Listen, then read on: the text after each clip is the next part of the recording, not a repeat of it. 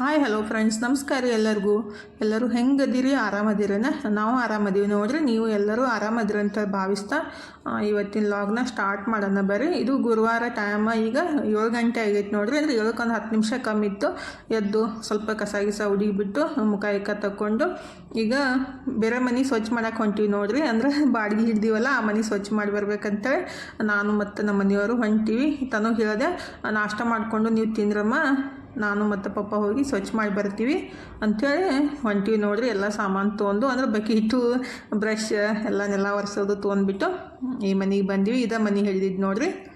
ಸಿಕ್ಕಾಪಟ್ಟೆ ಬೇಜಾರಾಗತ್ತೈತಿ. ಯಾಕಂದ್ರೆ ರೀ, ಫಸ್ಟ್ ಏನು ಹೇಳಿದರು, ಅಡ್ವಾನ್ಸ್ ಕೊಡೋ ಮುಂದಾಗ್ರಿ ಪೇಂಟ್ ಮಾಡಿಸಿ ಮತ್ತು ಕ್ಲೀನ್ ಮಾಡಿಸಿ ಕೊಡ್ತೀವಿ ಅಂತಂದಿದ್ರು. ಅಂದ್ರೆ ನಾವು 4ನೇ ತಾರೀಕಿಗೇನು ಅಡ್ವಾನ್ಸ್ ಕೊಟ್ಟಿದ್ದು. ಅಂದ್ರೆ 1 ತಿಂಗಳು ಅಡ್ವಾನ್ಸ್ ಹೇಳಬೇಕಲ್ರಿ. ಆ ಓನರ್ಗೂ 1 ತಿಂಗಳು ಅಡ್ವಾನ್ಸ್ ಹೇಳಿದ್ವಿ ಖಾಲಿ ಮಾಡ್ತೀವಿ ಅಂತೇಳಿ. ಮತ್ತು ಇವರಿಗೆ ಅಡ್ವಾನ್ಸ್ ಕೊಟ್ಟಿದ್ದೀವಿ ರೀ. ಅಡ್ವಾನ್ಸ್ ತೊಗೊಂಡ್ಬಿಟ್ಟು ಲಾಸ್ಟ್ ಮೂಮೆಂಟ್ ಒಳಗೆ ಏನು ಹೇಳಿದ್ರು ಅಂದರೆ 26ನೇ ತಾರೀಕಿಗೆ ಹೇಳಿದ್ರು, ನಾಳೆ ನಾವು 27ಕ್ಕೆ ಬರ್ತೀವಿ ರೀ, ಮತ್ತು ಸ್ವಲ್ಪ ಮನೆಯೆಲ್ಲ ಕ್ಲೀನ್ ಮಾಡಿರಿಲ್ಲ ಅಂತ ಕೇಳಿದ ತಕ್ಷಣ, ಇಲ್ಲ ರೀ ನಮಗೆ ಪೇಂಟ್ ಹಚ್ಕೊಡೋಕ್ಕಾಗಂಗಿಲ್ಲ, ನೀವೇ ಪೇಂಟ್ ಹಚ್ಕೋಬೇಕು ಮತ್ತು ನೀವೇ ಸ್ವಚ್ಛ ಮಾಡ್ಕೋಬೇಕು, ಹಾಗಿದ್ರೆ ಬರ್ರಿ ಅಂತಂದರು. ಮತ್ತು ಅಡ್ವಾನ್ಸ್ ಹೇಳಿಲ್ಲ ರೀ. ಅಡ್ವಾನ್ಸ್ ಕೊಡೋ ಮುಂದಾಗ ಇಲ್ಲರಿ ಎಲ್ಲ ಪೇಂಟ್ ಹಚ್ಕೊಡ್ತೀವಿ ಮತ್ತೆಲ್ಲ ಸ್ವಚ್ಛ ಮಾಡಿಸ್ಕೊಡ್ತೀವಿ, ಮತ್ತು ನಾವೇ ನೀರನ್ನು ಸಿಂಟ್ಯಾಕ್ಸ್ ಏರಿಸ್ತೀವಿ, ಸಿಂಟ್ಯಾಕ್ಸ್ಗೆ ನೀರು ಏರಿಸ್ತೀವಿ ರೀ, ನಿಮ್ದೇನಿಲ್ಲ, ಮತ್ತು ಇಷ್ಟು ಬಾಡಿಗೆ ಆಗುತ್ತಂತ ಹೇಳಿದ್ರು. ಅಂದ ಹ್ಞೂ ರೀ ಆಯ್ತು ರೀ, ಅಡ್ವಾನ್ಸ್ ತೊಗೋರಿ ಅಂತೇಳಿ ಒಂದು 5,000 ರೂಪಾಯಿ ಅಡ್ವಾನ್ಸ್ ಕೊಟ್ಟಿದ್ವಿ. ಕೊಟ್ಟಾದ ತಕ್ಷಣ ನಾಳೆ ಬರ್ತೀವಿ ಅಂದಮೇಲೆ, ಇಲ್ಲರಿ ನಮ್ಗೆ ಪೇಂಟ್ ಹಚ್ಕೊಡೋದಾಗಲ್ಲ, ನೀವೇ ಹಚ್ಕೋರಿ, ಮತ್ತು ಸ್ವಲ್ಪ ಕ್ಲೀನ್ ಮಾಡಿದ್ದೀವಿ, ಇನ್ನಷ್ಟು ನೀವೇ ಕ್ಲೀನ್ ಮಾಡ್ಕೊರಿ ಅಂತಂದರು. ಬಂದು ನೋಡಿದ ತಕ್ಷಣ ರೀ, ಅಂದರೆ ನಾನು ಅವರು ಫಸ್ಟ್ನೇದವ್ರು ಇದ್ದಾಗನ ಬಂದಿದ್ದು ನೋಡಿದ್ದೆ. ಅವಾಗ ಹ್ಞೂ ಅಂತಂದಿದ್ರು, ಒಂದು ಸ್ವಚ್ಛ ಮಾಡಿಸ್ಕೊಡ್ತೀವಿ ಅಂತೇಳಿ. ಈಗ ಬಂದು ನೋಡಿದ ತಕ್ಷಣ ರೀ, ಇಷ್ಟು ಗಲೀಜಿತ್ತಲ್ಲ, ಸಿಕ್ಕಾಪಟ್ಟೆ ಬೇಜಾರಾಯಿತು. ಇಷ್ಟು ಸಂಕಟ ಹಾಕತ್ತಿತ್ತಲ್ಲ, ಏನು ಮಾಡೋದ್ರಿ, ಸಂಕಟ ಆದರೂ ಕೇಳೋರಿಲ್ಲ, ಏನು ಅಂತಾರಲ್ಲ ಆ ಥರ ಆಗ್ಬಿಟ್ಟೈತಿ. ಇಷ್ಟು ಓನರ್ ಹಿಂಗಿರ್ತಾರಲ್ಲ, ದೇವರಪ್ಪ, ಏನು ಅಂತಾರಲ್ಲ, ಏನು ಅನ್ಬೇಕು ಏನು ಬಿಡ್ಬೇಕಂತ ಗೊತ್ತಾಗಂಗಿಲ್ಲ ಒಂದೊಂದ್ಸಲ, ಅಷ್ಟು ಸಿಟ್ಟು ಬರ್ತೈತಿ. ಬಟ್ ಏನು ಮಾಡೋದ್ರಿ, ಈಗ ನಾನು ಮತ್ತು ನಮ್ಮ ಮನೆಯವರು ಕ್ಲೀನ್ ಮಾಡಾಕತ್ತೀವಿ ನೋಡ್ರಿ. ಲಾಸ್ಟ್ ಮೂಮೆಂಟ್ ಒಳಗೆ ಈ ರೀತಿ ಹೇಳಿಬಿಟ್ರೆ ಏನು ಮಾಡೋದು? ಅಡ್ವಾನ್ಸ್ ತೊಗೊಳಕ್ಕಿಂತ ಮುಂಚೆ ಹಂಗೆ ಹಿಂಗೆ ಎಲ್ಲ ಹೇಳ್ತಾರೋ. ಅಡ್ವಾನ್ಸ್ ತೊಗೊಂಡ್ಮೇಲೆ ಅವ್ರಿಗೆ ಏನು 1-2 ಕೊಂಬು ಬಂದವ್ರಿಗತ್ಲೆ ಮಾಡಿಬಿಡ್ತಾರೆ. ಯಾಕಂದರೆ ರೊಕ್ಕ ಸಿಕ್ಕಿರ್ತಾವೆ, ಇವರಂತೂ ಬೇರೆದು ಮನೆ ಹಿಡಿಯಂಗಿಲ್ಲ, ಬರ್ತಾರಂತ ಈ ಥರ ಮಾಡ್ತಾರೋ ಏನು ಮಾಡ್ತಾರೋ ಗೊತ್ತಿಲ್ಲ. ಆದರೆ ಬೇಜಾರಾಗುತ್ತೆ.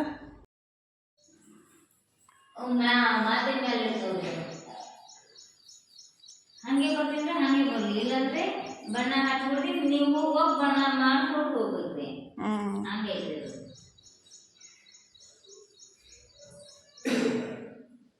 ಇಷ್ಟೆಲ್ಲ ಕಸ ಐತಿ, ಕ್ಲೀನ್ ಮಾಡಿ ಕೊಡ್ತೀನಿ ಅಂದಿದ್ರು, ಮತ್ತು ಕ್ಲೀನೂ ಮಾಡಿಕೊಟ್ಟಿಲ್ಲ, ಪೇಂಟ್ನೂ ಹಚ್ಕೊಟ್ಟಿಲ್ಲ.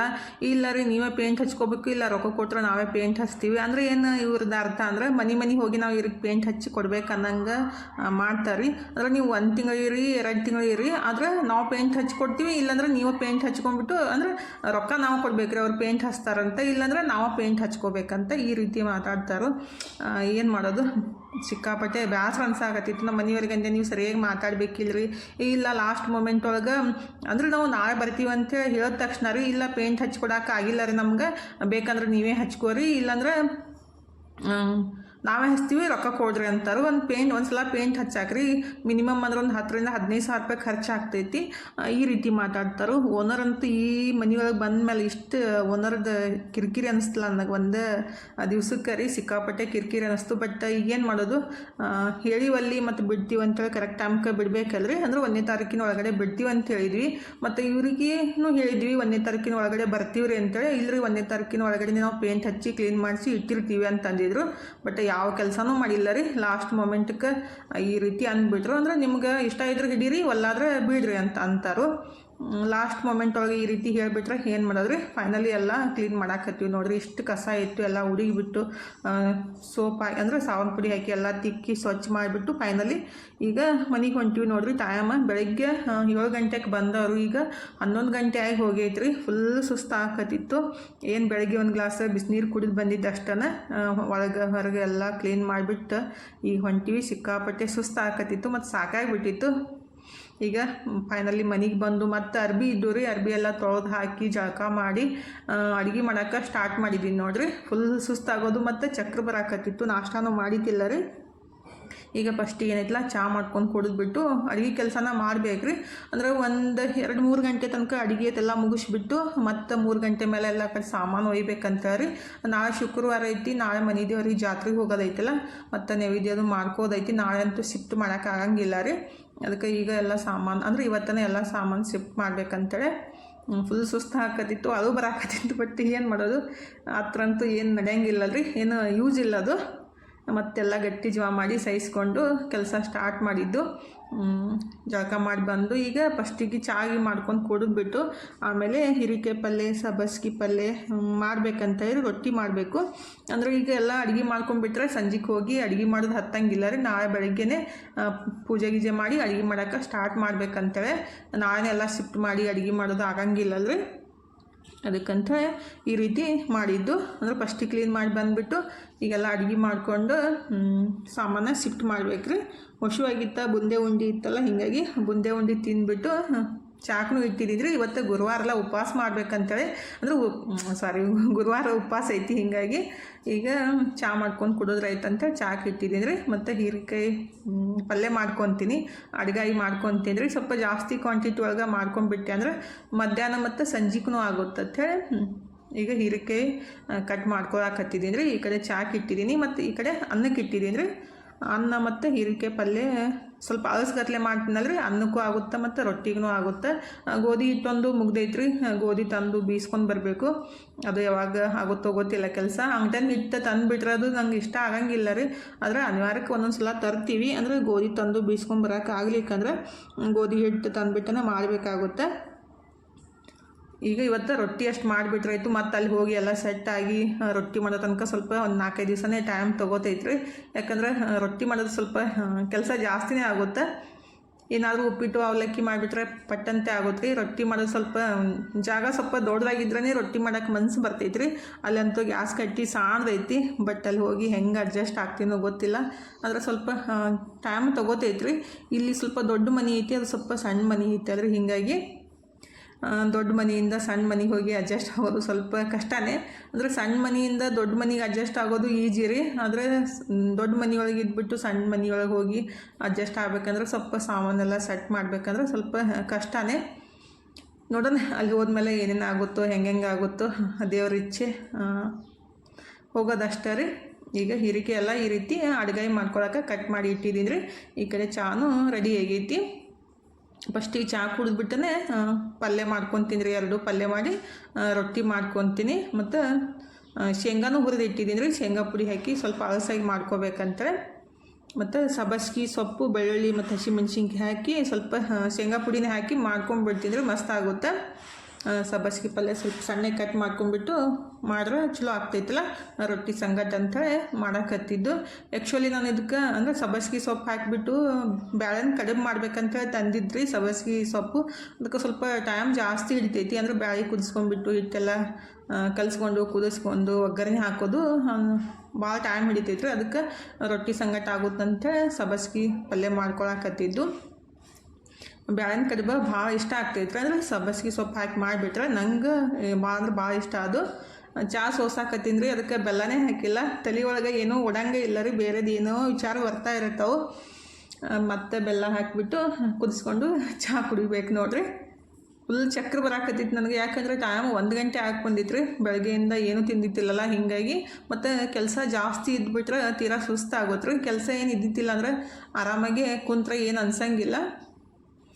ಈಗ ಮಸ್ತಾಗಿ ಬೆಲ್ಲ ಹಾಕಿ ಚಹಾ ಮತ್ತು ಏಲಕ್ಕಿ ಹಾಕಿ ಚಹಾ ಮಾಡಿದ್ರೆ ನಮ್ಮ ಮನೆಯವರು ಫುಲ್ ಸುಸ್ತಾಗೈತೆ. ನಮ್ಮ ಮನೆಯವರು ಅವರು ಜಾಸ್ತಿ ಕೆಲಸ ಮಾಡ್ಯಾರಿ. ಅಂದರೆ ಎಲ್ಲ ಕ್ಲೀನಿಂಗ್ ಕೆಲಸನೂ ಅವರು ನಾನು ಕೂಡ್ಬಿಟ್ಟು ಮಾಡಿದ್ವಿ. ಮನೂ ಬಂದಿದ್ದಾರೆ, ಸ್ವಲ್ಪ ಅವನು ಮಾಡ್ದೆ. ಈಗ ಚಹಾ ರೆಡಿ ಆಗೈತೆ ರೀ. ಫಸ್ಟಿಗೆ ಚಹಾ ಕುಡಿದ್ಬಿಡೋದು. ಚಹಾ ಕುಡಿದ್ಬಿಟ್ಟು ಆಮೇಲೆ ಅಡುಗೆ ಕೆಲಸನ ಮಾಡ್ತೀನಿ. ನಮ್ಮ ಮನೆಯವರು ಎಲ್ಲ ಕೆಲಸ ಮುಗಿಸಿ ಜಳಕ ಮಾಡಿ ಕುಂತಾರಿ. ದೇವ್ರ ಮುಂದೆ ದೀಪ ಹಚ್ಚಿಬಿಟ್ಟು ಪೂಜೆ ಏನು ಮಾಡೋಕ್ಕೆ ಹೋಗಿಲ್ಲ ರೀ, ಬರೀ ಜಸ್ಟ್ ದೀಪ ಹಚ್ಚಿದ್ದು.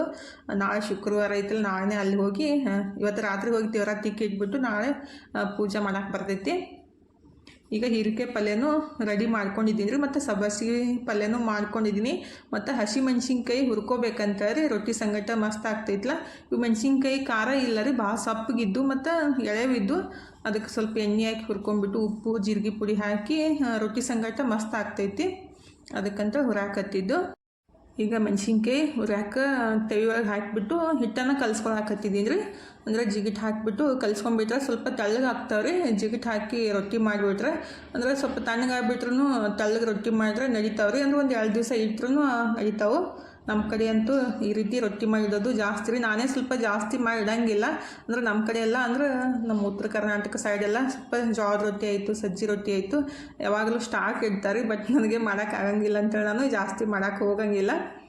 ಈಗ ಹಿಟ್ಟನ್ನು ಕಲಸಿ ಇಟ್ಕೊಂಡಿದ್ದೀನಿ ರೀ. ಈ ಕಡೆ ಮೆಣಸಿನ್ಕಾಯಿನೂ ಹುರ್ಕೊಳಕತ್ತಿದ್ದು. ಮೆಣಸಿನ್ಕಾಯಿ ಆ್ಯಕ್ಚುಲಿ ಸ್ವಲ್ಪ ಮುರಿದ್ಬಿಟ್ಟು ಹಾಕಬೇಕಿತ್ತು ರೀ.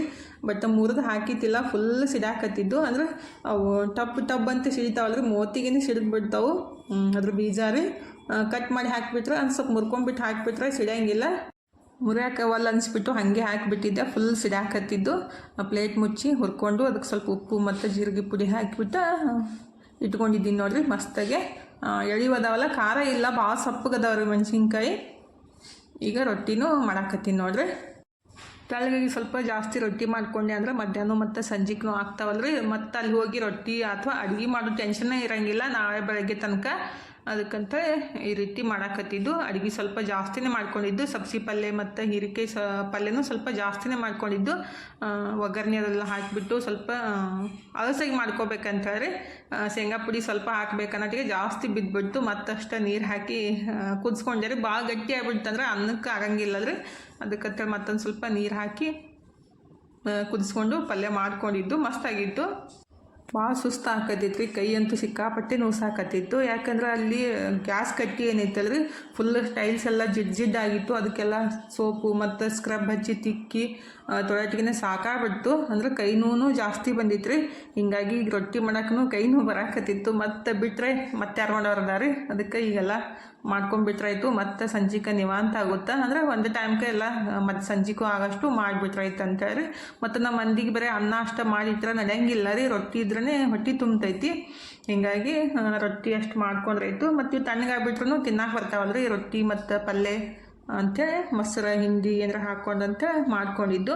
ಈಗ ಅಡುಗೆ ಎಲ್ಲ ಮಾಡಿಟ್ಬಿಟ್ಟು ನಮ್ಮ ಮನೆಯವ್ರದ್ದು ಊಟ ಮಾಡಾಕತ್ತಾರೆ. ನಂದು ಉಪವಾಸ ಇತ್ತಲ್ಲ, ಹೀಗಾಗಿ ಗಜ್ರಿ ಎಲ್ಲ ಖಾಲಿ ಮಾಡಿ ಇಡ್ಬೇಕಂತ ಹೇಳಿ ಮುಂದಾಗ ಅರ್ಬಿ ಎಲ್ಲ ಇಟ್ಬಿಟ್ರೆ ಅದು ಒಯ್ಯಾಕೆ ಆಗಂಗಿಲ್ಲ ರೀ. ಮೊದಲೇ ಸಿಕ್ಕಾಪಟ್ಟೆ ವಜ್ಜೆ ಐತಿ. ಯಾಕಂದ್ರೆ ನಾನು ಅದು ಹೇಳಿಬಿಟ್ಟು ಮಾಡಿಸಿದ್ದು.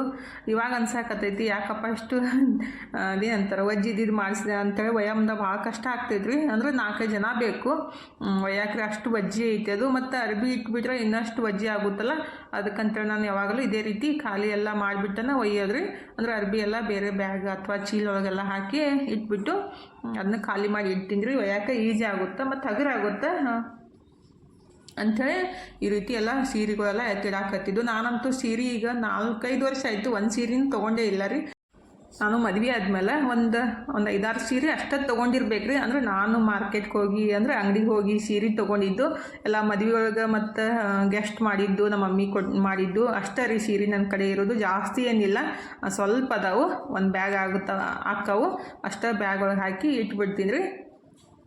ಈಗ ಎಲ್ಲ ಸೀರೆ ಬ್ಯಾಗ್ ಒಳಗೆ ಹಾಕಿಡಾಕತ್ತಿದ್ದು ಒಯ್ಯಾಕೆ ಈಜಿ ಆಗುತ್ತೆ ಅಂತೇಳಿ. ಮತ್ತು ಇವು ಕೆಲವೊಂದು ಇಷ್ಟನೇ ಇಲ್ಲ ರೀ, ಸುಮ್ಮನೆ ಇಟ್ಕೊಂಡಿನಂತ ಅನ್ಸಾಕತ್ತೈತಿ. ಅಂದ್ರೆ ಫಸ್ಟೆಲ್ಲ ಸ್ವಲ್ಪ ಏನಂತಾರೋದು ಆ ರೀತಿ ಇನಾಗಿತ್ತೆ ರೀ. ಆ ಥರ ಸೀರೆ ನನಗೆ ಇಷ್ಟ ಆಗಂಗಿಲ್ಲ. ಕಾಟನ್ ಸೀರೆ ಮತ್ತು ಮೆತ್ತಗಾಗಿದ್ದಿದ್ದು ಅಷ್ಟೇ ಇಷ್ಟ ಆಗ್ತಾವೆ. ಅದನ್ನ ಮಮ್ಮಿ ಮಾಡಿದ್ದು. ಅಂದ್ರೆ ಯಾವಾಗ ಫಂಕ್ಷನ್ದಾಗ ಕೊಟ್ಟಿದ್ದು. ಬಟ್ ಒಂದು ಸಲ ಅಷ್ಟೇ ಹುಟ್ಟಿದ್ದು, ಅದನ್ನ ಇಷ್ಟ ಆಗಿಲ್ಲ, ಹಾಗೆ ಇಟ್ಟಿದ್ದೀನಿ. ಅಂತ ಒಂದು 2-3 ಸೀರೆ ಅದಾವೆ ರೀ, ಅವನು ತೆಗಿಬೇಕು. ಭಾಳ ಸೀರೆ ಎಲ್ಲ ತೆಗ್ದಿದ್ದೀನಿ ರೀ, ನನಗೆ ಇಷ್ಟ ಆಗಲಾರ್ದು. ಸುಮ್ಮನೆ ಅದಕ್ಕೆ ಇಟ್ಕೊಳ್ಳೋದಂತೇಳಿ ಈಗ ಇದ್ದಿದ್ದು ಸ್ವಲ್ಪ ಸೀರೆನ ಬ್ಯಾಗ್ ಒಳಗೆ ಹಾಕಿ ಇಟ್ಬಿಡ್ತೀನಿ. ಒಯ್ಯಾಕೂ ಈಜಿ ಆಗುತ್ತಲ್ರಿ. ನನ್ನ ಮಗ ಅನ್ನಕತ್ತಿದ್ದ ಸುಮ್ಮನೆ ಇನ್ನಷ್ಟು ಇವೆಲ್ಲ ಯಾಕೆ ಇಟ್ಕೊಂಡಿರಿ ಮಮ್ಮಿ, ಎಷ್ಟು ಬೇಕಲ್ಲ ಅಷ್ಟೇ ಇಟ್ಕೊಂಡ್ಬಿಡ್ರಿ, ಸುಮ್ಮನೆ ಅದಕ್ಕೆ ಗೋಳ ಮಾಡಿ ಇಟ್ಕೊಂಡಿರಿ, ಉಟ್ಕೊಳಂಗಿಲ್ಲ ಏನಿಲ್ಲ ಅಂತ ಅನ್ನಕತ್ತಿದ್ದ. ಆಯ್ತಪ್ಪ ಎಲ್ಲ ತೆಗೆದುಬಿಡ್ತೀನಿ. ಒಂದು 10-20 ಸೀರೆ ಕಾಟನ್ ಇದ್ದಿದ್ದು ಕೊಡಿಸ್ಬಿಡು ಸಾಕಷ್ಟೇ ಅಂತಂದೆ. ಕೊಡ್ಸಂತ ತಗೋರಿ ಮಮ್ಮಿ ಟೈಮ್ ಬಂದಾಗ ಅಂತಂದ. ಈಗ ಎಲ್ಲ ಸೀರೆ ಬ್ಯಾಗ್ ಒಳಗೆ ಹಾಕಿಟ್ಟಿದ್ದೀನಿ ನೋಡಿರಿ. ನಮ್ಮನ್ನು ಇದ್ರೆ ಇನ್ನೊಂದು ಸ್ವಲ್ಪ ಏನು ಡಾಕ್ಯುಮೆಂಟ್ಸು ಕಾಗದ ಪತ್ರ ಅವನು ಎಲ್ಲ ಜೋಡಿಸ್ಬಿಟ್ಟು ಇಟ್ಕೊಳಕತ್ತಿದ್ದ. ಈಗ ಆಲ್ಮೋಸ್ಟ್ ಎಲ್ಲ ಖಾಲಿ ಮಾಡಿದೀವಿ ನೋಡಿರಿ. ಬ್ಯಾಗ್ನಾಗೆಲ್ಲ ಹಾಕಿಟ್ಟಿದ್ದೀನಿ ಸಾಮಾನೆಲ್ಲ ಈ ರೀತಿ ಅಂದರೆ ಬ್ಯಾಗ್ ಒಳಗೆ ಹಾಕಿಟ್ಟು ಒಯ್ಯಾಕೆ ಈಜಿ ಆಗುತ್ತಲ್ರಿ. ಮತ್ತು ಅರ್ಬಿನೂ ಎಲ್ಲ ಒಂದು ಚೀಲೊಳಗೆ ಹಾಕಿಟ್ಟಿದ್ದು. ಆಲ್ಮೋಸ್ಟ್ ಇಷ್ಟೆಲ್ಲ ತಂದುಬಿಟ್ಟು ಅಂದರೆ ಕಟ್ಟಿಬಿಟ್ಟು ಇಟ್ಟಿವಿ ರೀ. ಇನ್ನು ಒಯ್ಯೋದಂತೂ ಸಿಕ್ಕಾಪಟ್ಟೆ ಕಷ್ಟ ನೋಡ್ರಿ. ಕೆಳಗಡೆ ಒಯ್ಯಬೇಕು ಮತ್ತು ಅಲ್ಲಿಂದ ಅಲ್ಲಿ ಮ್ಯಾಲೆ ಐತಲ್ರಿ, ಅಲ್ಲಿ ಮ್ಯಾಲೆ ಎತ್ಕೊಂಡು ಒಯ್ಯಬೇಕು. ಈಗ ಮನು ಮತ್ತು ನಮ್ಮ ಮನೆಯವರು ಬಾಂಡೆ ಸಾಮಾನೆಲ್ಲ ಕಟ್ಟಾಕತ್ತಿದ್ರು. ಒಂದು ಸ್ವಲ್ಪ ಬಾಂಡೆ ಇದ್ದು ನಮ್ಮ ತನೂ ಇವತ್ತು ಮಧ್ಯಾಹ್ನ ಬಂದಾವ್ರಿ ಕಾಲೇಜಿಂದ 2 ಗಂಟೆಗೆ. ಯಾಕಂದ್ರೆ ಸ್ವಲ್ಪ ಬಾಂಡೆ ಇದ್ದು ತೊಳೆಯಮ್ಮ, ನನಗೂ ಸಾಕಾಗೈತೆ ಅಂತ ಅಂದಿದ್ದೆ. ಬಾಂಡೆ ತೊಳೆಯಾಕತ್ತಿದ್ಲು. ಈಗ ಎಲ್ಲ ಬಾಂಡೆನ ಹೊರಗೆ ತಂದು ಇಟ್ಟಿವ್ರಿ. ಇನ್ನು ಗಾಡಿ ಹೇಳಕ್ಕೆ ಹೋಗ್ಯಾರ ನಮ್ಮ ಮನೆಯವರು. ಗಾಡಿ ತಂದ ತಕ್ಷಣ ಗಾಡಿ ಒಳಗೆ ಹಾಕಬೇಕು. ಹಾಗಾರಿ ಈಗ ತಜ್ರಿ ಒಯ್ಯಾಕತ್ತಾರು. ಕೆಳಗಡೆ 3 ಮಂದಿ ಅದಾರು ಮತ್ತು ನಮ್ಮ ಮನು ಮತ್ತು ನಮ್ಮ ಮನೆಯವರು. ಇಷ್ಟು ಜನ ಒಯ್ಯಾಕತ್ತಾರ ಅಂದ್ರೂ ಅದು ಎತ್ತಕ್ಕಾಗಲಾಗಿತ್ತು, ಭಾಳ ಕಷ್ಟ ಆಕತ್ತಿತ್ತು. ಫೈನಲಿ ಹಂಗೋ ಹಿಂಗೋ ಮಾಡಿ ಕೆಳಗಡೆ ಒಯ್ದರು. ಸರಿಯಾಗಿ ಇಡುವ ಮಾಡೋಕೆ ಆಗಿಲ್ಲ ರೀ. ನಮ್ಮ ತನನೇ ಸ್ವಲ್ಪ ಇಡುವ ಮಾಡಿದ್ದು, ಆಕೆ ಈಗ ಅಷ್ಟೊಂದು ಗೊತ್ತಾಗಂಗಿಲ್ಲಲ್ರಿ. ಸ್ವಲ್ಪ ಇಡುವ ಮಾಡಿದಾಳು. ಈಗ ಎಲ್ಲ ಸಾಮಾನು ಒಯ್ದ್ಮೇಲೆ ನಾನು ಮತ್ತು ಮನು ಇದ್ರೆ ಹೊಂಟಿವಿ ನೋಡ್ರಿ. ಸ್ವಲ್ಪ ಅಡುಗೆ ಎಲ್ಲ ಮಾಡ್ಕೊಂಡಿದ್ದೆಲ್ಲ ಅದನ್ನ ಒಂದು ಚೀಲೊಳಗೆ ಹಾಕ್ಕೊಂಡ್ಬಿಟ್ಟು ಮತ್ತು ದೇವ್ರ ಸಾಮಾನು ಎಲ್ಲ ತೊಗೊಂಡ್ಬಿಟ್ಟು ಮನು ನಾನು ಹೊಂಟಿವಿ ರೀ. ಗ್ಲಾಸ್ ಐಟಮ್ಸ್ ಎಲ್ಲ ಏನಿದ್ವಲ್ಲ ಅದು ಒಂದು ಡಬ್ಬಿ ಒಳಗೆ ಹಾಕಿಟ್ಟಿದ್ದೆ, ನಾವು ಒಯ್ದ್ರೈತಂತೇಳಿ. ಈಗ ಫೈನಲಿ ಎಲ್ಲ ತಂದಿಟ್ಟಿವಿ ನೋಡ್ರಿ. ಇನ್ನು ತಂದಿಟ್ಮೇಲೆ ಜೋಡ್ಸೋದು ದೊಡ್ಡ ಕೆಲಸ ರೀ. ಜಾಗ ಅಂತ ಇಷ್ಟ ಐತಿ. ಗ್ಯಾಸ್ ಕಟ್ಟೀರಿ. ಒಂದು ಏನಂತಾರು ಸಣ್ಣದೈತಿ, ಎಲ್ಲಿ ಇಡಬೇಕು ಏನು ಮಾಡ್ಬೇಕಂದ ಗೊತ್ತಾಗಲಾಗೈತಿ. ಅಪ್ಪ ದೇವ್ರಿಗೆ ಏನು ಮಾಡಲಿ ಅಂತ ದೇವ್ರಿಗೆ ಬೇಡ್ಕೊಳಕತ್ತಿದ್ದೆ. ಬಟ್ ಹೆಂಗಿದ್ರು ಮಾಡಲೇಬೇಕಲ್ರಿ. ಸಿಕ್ಕಾಪಟ್ಟೆ ಸುಸ್ತು ಆಕತ್ತಿತ್ತು. ಬಟ್ ಹಂಗೆ ಇಟ್ಬಿಟ್ರೆ ರೀ ಮತ್ತು ಕಾಲಾಗ ಆಗ್ತಾವಲ್ಲ, ಅಡ್ಡಾಡಕ್ಕೆ ಜಾಗ ಇರಂಗಿಲ್ಲ. ಮತ್ತು ನಾಳೆ ಬೆಳಿಗ್ಗೆ ಎದ್ದು ಮತ್ತು ಶುಕ್ರವಾರ ಐತಿ, ಆದಷ್ಟು ಎಷ್ಟಾಗುತ್ತೋ ಅಷ್ಟು ಮಾಡ್ಕೊಂಡ್ರೆ ಐತಿ ಕೆಲಸ ಅಂತೇಳಿ ಮಾಡಾಕತ್ತಿದ್ದು. ಅಂದರೆ ನೀಟಾಗಿ ಜೋಡ್ಸಾಕತ್ತಿದ್ರಿ. ಕ್ಲೀನ್ ಏನು ಮಾಡೋಕೆ ಹೋಗಿಲ್ಲ ಅಂದರೆ ಡಬ್ಬಿ ಇದು ಎಲ್ಲ ತೊಳ್ಯಾಕೊಂಡು ಹೋಗಿಲ್ಲ ರೀ. ಮೊನ್ನೆನೇ ಶ್ರಾವಣಕ್ಕೆಲ್ಲ ಕ್ಲೀನ್ ಮಾಡಿದ್ದೆಲ್ಲ ಒರೆಸಿಬಿಟ್ಟು ಇಟ್ಕೊಳಕತ್ತಿದ್ದು. ಈಗ ಸಾಮಾನು ಎಷ್ಟಾಗುತ್ತೋ ಅಷ್ಟು ಜೋಡಿಸ್ಕೊಂಡ್ಬಿಟ್ಟು ರೆಸ್ಟ್ ಮಾಡ್ಬೇಕಂತ ಅನ್ಸಾಕತ್ತೈತ್ರಿ. ಆದರೆ ಕುಂತ್ಬಿಟ್ರೆ ಮತ್ತೆ ಎದ್ಬಿಟ್ಟು ಮಾಡೋಕ್ಕೆ ಒಲ್ಲ ಅನ್ಸೋತ್ರಿ. ಅದಕ್ಕಂತೆ ಎಷ್ಟಾಗುತ್ತೋ ಹಾಗೆ ಸಾವಕಾಶ ಮಾಡ್ಕೊಂಡ್ರೆ ಐತಂತ ಮಾಡ್ಕೊಂಡಿದ್ದು.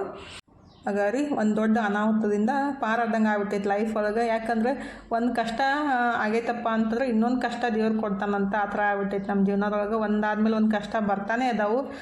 ಏನು ಮಾಡ್ಬೇಕಂದ ಗೊತ್ತಾಗಕತ್ತಿಲ್ಲ ರೀ. ಇವತ್ತು ಮನು ಇದ್ರ ಫ್ರೆಂಡ್ ಬರ್ತಡೇ ಐತಂತ ಗಾಡಿ ಒಯ್ದಿದ್ದಾರೆ. ಒಬ್ರು ಆಂಟಿ ಬಂದು ಈ ರೀತಿ ಗುದ್ಬಿಟ್ಟು ಗಾಡಿ ಎಲ್ಲ ಇದು ಮಾಡಿಬಿಟ್ಟಾರು. ಬಟ್ ಏನೂ ಮಾಡೋಕ್ಕಾಗಂಗಿಲ್ಲ ರೀ. ಅವನಿಗೆ ಏನಾಗಿಲ್ಲ, ಅದೇ ದೊಡ್ಡ ಪುಣ್ಯ. ಅವ ಇದ್ರೆ ಹೋಗಿ ಆ ಸೈಡ ಬಿದ್ದಂತ ಸ್ವಲ್ಪ ಕಾಲಿಗೆ ಬಡ್ದೈತೆ ಅಷ್ಟೇ. ಅದನ್ನು ಬಂದು ಹೇಳಿಲ್ಲ ರೀ ಬಡ್ದೈತಂತ. ನನಗೇನೂ ಆಗಿಲ್ಲ ಮಮ್ಮಿ, ಗಾಡಿಗೆ ಇಷ್ಟ ಆಗಿತ್ತಂತೆ ಹೇಳ್ದ. ಆದರೆ ಸಿಕ್ಕಾಪಟ್ಟೆ ಬೇಜಾರಾಗಕತ್ತಿತ್ತು. ಬಟ್ ಅವನಿಗೆ ಏನಾರ ಆದ್ರೆ ಏನು ಮಾಡೋದು, ಗಾಡಿಗೆ ಏನಾದರೂ ನಡಿತೈತ್ರಿ. ಬಟ್ ಅವನಿಗೆ ಏನಾರ ಪ್ರಾಬ್ಲಮ್ ಆಗ್ಬಿಟ್ಟಂದ್ರೆ ಮತ್ತೆ ಅದನ್ನೇ ನಾವು ಉಸಾಬರಿ ಮಾಡಬೇಕಾಗುತ್ತೆ. ಈಗ ಸಂಜೆ ಮುಂದಾಗ ಅಂದ್ರೆ ರಾತ್ರಿ 9:30 ಆಗಿತ್ತು ರೀ. ಅವಾಗ ಊಟ ಮಾಡಾಕತ್ತಿದ್ರು. ನಾನು ಜಲ್ದಿನೇ ಊಟ ಮಾಡಿದ್ದು, ಅಂದರೆ 8:30ಗೆ ಊಟ ಮಾಡಿಬಿಟ್ಟಿದ್ದೆ ರೀ.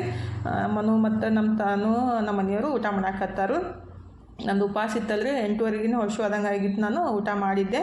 ಇವತ್ತಿನ ವಿಡಿಯೋನ ಇಲ್ಲೇ ಮುಗಿಸೋಣ್ರಿ. ಇವತ್ತಿನ ವಿಡಿಯೋ ನಿಮ್ಗೆ ಹೆಂಗೆ ಅನ್ನಿಸ್ತಂತ ಕಮೆಂಟ್ ಬಾಕ್ಸ್ ಒಳಗೆ ಹೇಳೋದು ಮರ್ಯಾಕೆ ಹೋಗಬೇಡ್ರಿ. ಇಷ್ಟ ಆಗಿದ್ರೆ ಒಂದು ಲೈಕ್ ಮಾಡಿರಿ. ಮತ್ತು ಇನ್ನೂ ಯಾರೆಲ್ಲ ಸಬ್ಸ್ಕ್ರೈಬ್ ಮಾಡ್ಕೊಂಡಿಲ್ಲ ಪ್ಲೀಸ್ ಸಬ್ಸ್ಕ್ರೈಬ್ ಮಾಡ್ಕೊಂಡು ಸಪೋರ್ಟ್ ಮಾಡಿರಿ. ಇಷ್ಟು ತನಕ ವಿಡಿಯೋ ನೋಡಿದ್ದಕ್ಕೆ ತಮ್ಮೆಲ್ಲರಿಗೂ ಹೃದಯದ ತುಂಬ ಧನ್ಯವಾದಗಳು ರೀ. ಥ್ಯಾಂಕ್ ಯು ಫಾರ್ ವಾಚಿಂಗ್ ರೀ. ಬಾಯ್ ರೀ. ಎಲ್ಲರಿಗೂ ನಮಸ್ಕಾರ ರೀ. ಹೋಗಿ ಬರ್ತೀವಿ ರೀ. ಮತ್ತೆ ಹೊಸ ಲಾಗ್ ಜೊತೆಗೆ ಸಿಗ್ತೀವಿ ರೀ.